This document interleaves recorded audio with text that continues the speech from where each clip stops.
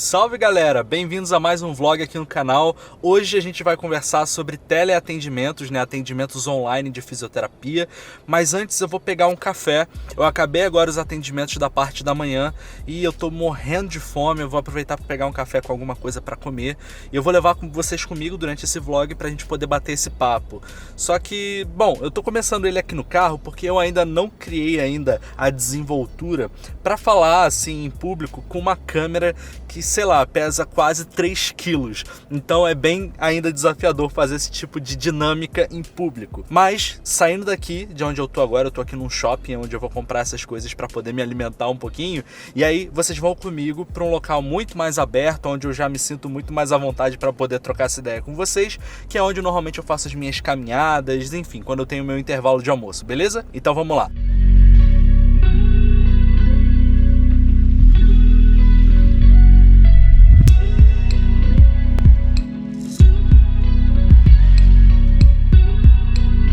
Agora sim, pessoal, tô aqui no lugar onde eu normalmente venho fazer as minhas caminhadas e, cara, só Deus sabe o quanto eu curto esse lugarzinho aqui.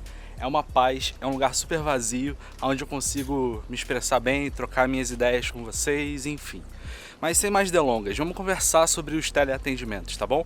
Há quase um ano atrás, os nossos conselhos, eles autorizaram que nós começássemos a prestar, por conta, de tudo que aconteceu no mundo em 2020, um modelo de serviço que nós fisioterapeutas não estávamos muito habituados. No caso, os teleatendimentos, teleconsultorias, teleconsultas, telemonitoramento, enfim.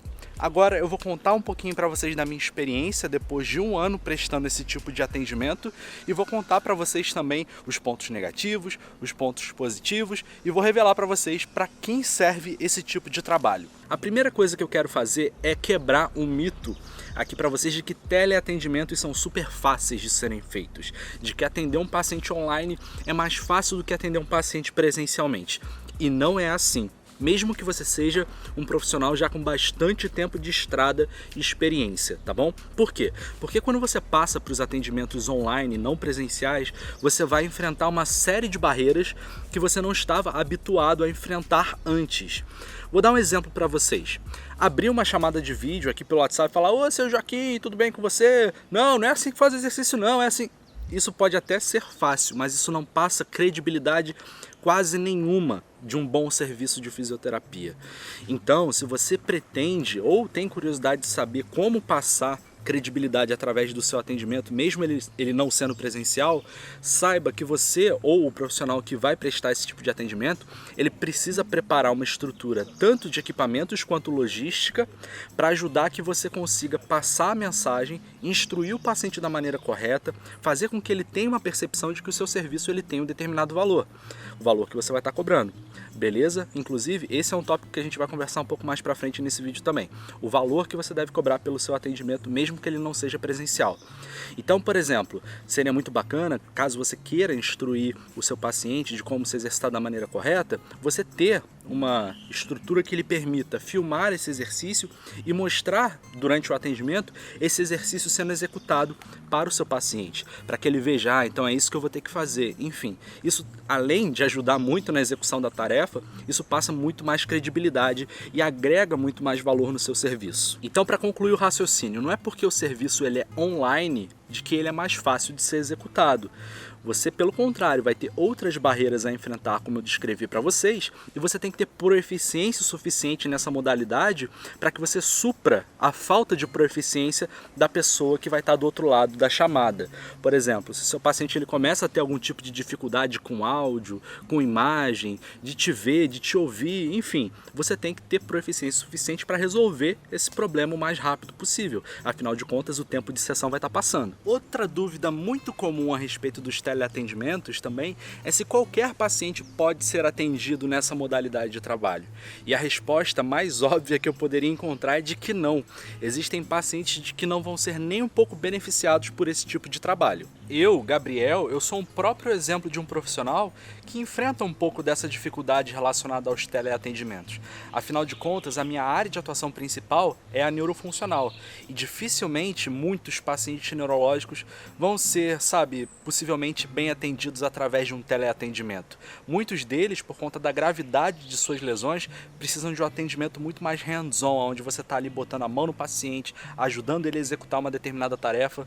Então, tem que ter isso em mente. Pensando nisso, eu vou contar um pouquinho para vocês algumas das características dos 3 principais tipos de pacientes que você pode vir a atender através de teleatendimentos. Eu esperei completar quase 1 ano de serviço sendo prestado para que eu pudesse passar um feedback para vocês muito mais sólido, muito mais firme a respeito desse tipo de serviço. O primeiro tipo de paciente que eu vou falar para vocês são aqueles 100% independentes. Esses pacientes, eles não dependem de ninguém para fazer suas atividades de vida diária nem as suas orientações durante a sessão de fisioterapia não presencial.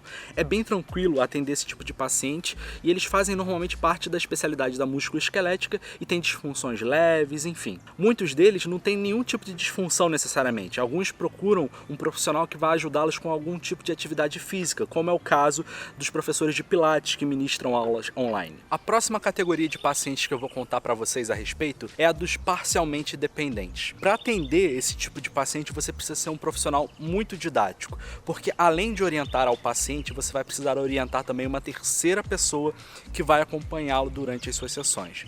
Esse tipo de paciente, os parcialmente dependentes, eu enquadro aqueles que, por mais que, enfim, sejam independentes para as suas atividades, enfim, tem algum tipo de limitação por conta de um pós-operatório, por conta de uma restrição de amplitude de movimento articular de algum segmento, enfim, qualquer coisa que vai limitar parcialmente o seu paciente de executar todos os tipos de atividade que você solicitar de maneira 100% independente. Então é importante de que você tenha em mente de que durante esses atendimentos você vai ter que falar para essa pessoa de que vai ser necessário o acompanhamento de uma outra terceira, ou seja, de um familiar ou de um acompanhante durante o atendimento, durante a sessão de fisioterapia, porque ele vai precisar de ajuda para executar algum tipo de tarefa que você vai solicitar. E obviamente existe também aquela categoria de pacientes que são completamente dependentes de uma terceira pessoa.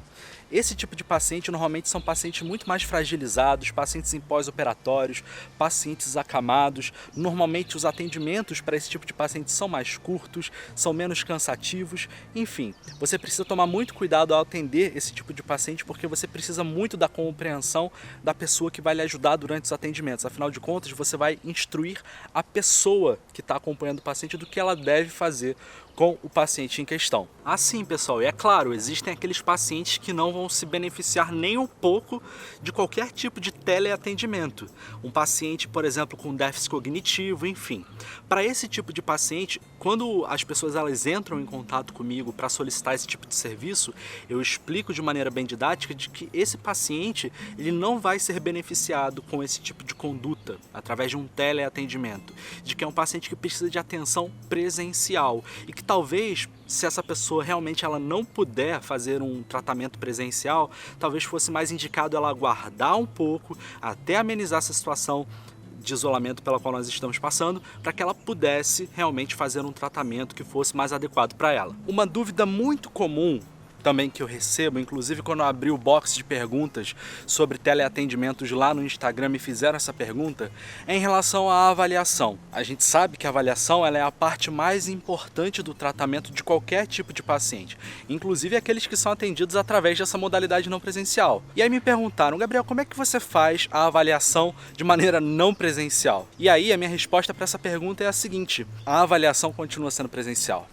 Quando o paciente ele me procura solicitando esse tipo de atendimento não presencial, eu explico para ele de que por mais que, enfim, ele tenha optado por essa modalidade de atendimento, de que a avaliação ela continua sendo muito importante, de que ela é necessária de ser realizada presencialmente, porque é nesse momento que a gente coleta as informações clínicas que vão basear basicamente todo o programa de reabilitação. Então, as minhas avaliações elas continuam sendo presenciais. E aí, no momento da avaliação, se a pessoa optou por esse tipo de serviço, por estar muito receosa em relação a toda essa questão aí que está rolando no mundo inteiro, eu vou todo aparamentado com todas as medidas de proteção para que ela se sinta segura, para que esse paciente ele se sinta seguro, tomo todos os cuidados, enfim. Porém, recentemente aconteceu uma situação na qual eu tive que avaliar um paciente de maneira adaptada. Por que de maneira adaptada? Porque era um paciente que, além de não querer se expor à presença de uma nova pessoa dentro de casa, enfim, por conta da pandemia, era um paciente que também não podia, não era só uma questão de ele não querer, ele não podia se expor porque ele estava fazendo um tratamento para câncer. Então, obviamente, nesse caso em específico, eu conversei com ele, expliquei de que a avaliação ela é o momento mais importante do tratamento, mas de que como ele realmente não poderia, por conta do quadro clínico dele, de que a nossa avaliação ela seria feita de uma maneira adaptada, com o auxílio dos familiares do paciente durante a avaliação, e de que oportunamente eu concluiria essa avaliação presencialmente, assim que ele pudesse ser exposto à presença de uma outra pessoa dentro de casa. Agora vamos partir para o momento do vídeo que eu sei que todo mundo quer saber a respeito, né? Vamos falar de dinheiro, vamos falar dos valores, quanto cobrar pelos seus atendimentos não presenciais de fisioterapia. Vamos falar sobre isso agora. Bom, sobre precificação, em primeiro lugar, o que os nossos conselhos eles orientam? Tanto o Conselho Federal quanto os conselhos regionais. Diferente das modalidades presenciais de trabalho, onde a gente tem uma tabela referencial nacional que deve ser seguida com o valor mínimo orientado para cada tipo de serviço que a gente vai prestar, no modelo não presencial isso não existe.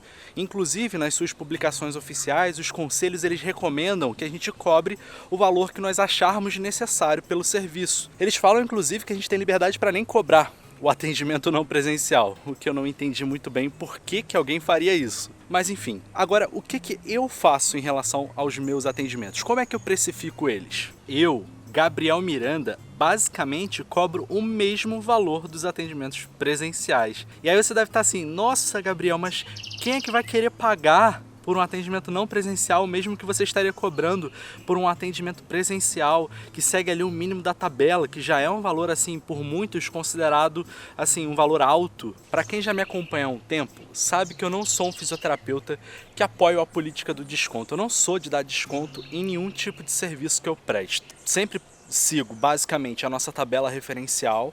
Quando existe a necessidade, eu concedo os 20% de abatimento que o nosso próprio conselho orienta que nós demos, caso a gente sinta que a pessoa está em momento de fragilidade financeira, geográfica, enfim. Esse tipo de coisa eu levo em consideração. E uma outra coisa que eu também levo em consideração quando eu vou precificar os meus serviços é o tipo de investimento que eu tive para poder prestar esse tipo de serviço. Bom, no caso dos meus atendimentos presenciais de fisioterapia neurofuncional, eu tive que investir muito em tempo, energia e dinheiro na minha formação, para que eu pudesse prestar um bom atendimento, para que eu pudesse ser capaz de atender os meus pacientes como eu atendo. Esses tipos de investimento continuam valendo para o atendimento não presencial. E da mesma forma que muitas vezes nós temos que investir em equipamentos, enfim, para poder atender os pacientes presencialmente, enfim, com elástico, seja lá qual tipo de equipamento você usa, no atendimento não presencial eu também tive um grande investimento em termos de equipamento para poder prestar um serviço que eu considero de alta qualidade. Por exemplo, pouco tempo depois de que os nossos conselhos autorizaram a prestação desse tipo de serviço, obviamente as oportunidades de trabalho nesse segmento começaram a aparecer. E pensando na qualidade que eu gostaria de entregar para os meus pacientes prestando esse tipo de atendimento, eu fiz um investimento grande em termos de equipamento para que eu pudesse prestar um atendimento no nível que eu gostaria de receber caso eu fosse o paciente. Obviamente, esses equipamentos nos quais eu investi me serviram muito mais do que única e exclusivamente para os teleatendimentos, porque eu produzo conteúdo aqui para o YouTube, enfim, eu trabalho também com isso, tá? Mas eu investi em uma câmera, eu tive que investir em um computador capaz de suportar o tipo de serviço que eu estaria prestando. O que eu quero dizer com isso?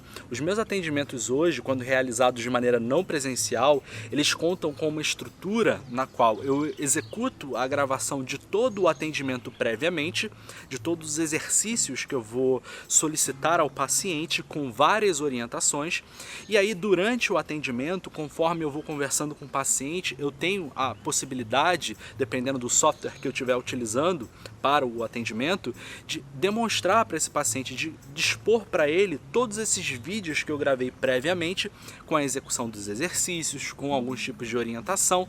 Enquanto isso eu vou conversando com ele ao vivo. Então é muito bacana porque eu posso utilizar, por exemplo, essa câmera que está me filmando agora para realizar um teleatendimento. Então eu fiz um investimento muito grande e obviamente eu levo isso em consideração na hora de precificar o meu serviço. E é por isso, pelo investimento em termos de equipamento, investimento intelectual, investimento nas minhas formações, de que durante os meus atendimentos eu continuo cobrando o mesmo valor do presencial. E olha, eu vou dizer uma coisa para vocês, até hoje eu não recebi uma reclamação ou um pedido de desconto por parte dos pacientes. Bom, então vamos nos encaminhando aqui para o final do vídeo, que eu já tô suando que nem um porco embaixo aqui desse sol do Rio de Janeiro. Tô aqui num lugar um pouco mais fechado agora, mas tá um sol de lascar e tá muito quente. Então vou começar a encerrar o vídeo, beleza? Eu quero falar para vocês então a resposta da última pergunta. Vale a pena atender pacientes de maneira não presencial? Bom, eu diria que vale a pena sim. Tá bom? Eu acho que você precisa reconhecer as limitações que essa modalidade de trabalho lhe impõe. Como eu falei, existem pacientes que não vão ser beneficiados desse tipo de serviço. Então não adianta você querer empurrar essa modalidade de trabalho para todos os pacientes só porque você vai ter mais liberdade, digamos assim, de não se locomover, enfim, de não ter os custos relacionados ao deslocamento que você teria de maneira presencial. Muito bem. Então, eu acho que você precisa levar tudo isso em consideração. Mas para um grande número de pessoas, os teleatendimentos eles podem sim ser uma boa alternativa.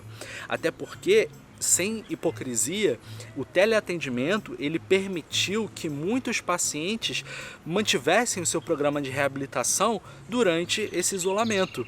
Se não fossem os teleatendimentos, as pessoas elas teriam deixado de se exercitar, deixariam de ser ativas fisicamente e possivelmente seus quadros clínicos teriam piorado, teriam se agravado. Então eu realmente sou um entusiasta dessa modalidade de trabalho, mas é óbvio que você tem que ter uma boa noção das suas limitações nessa modalidade. Beleza? Agora é a sua vez de deixar aqui nos comentários as suas dúvidas relacionadas aos teleatendimentos de fisioterapia.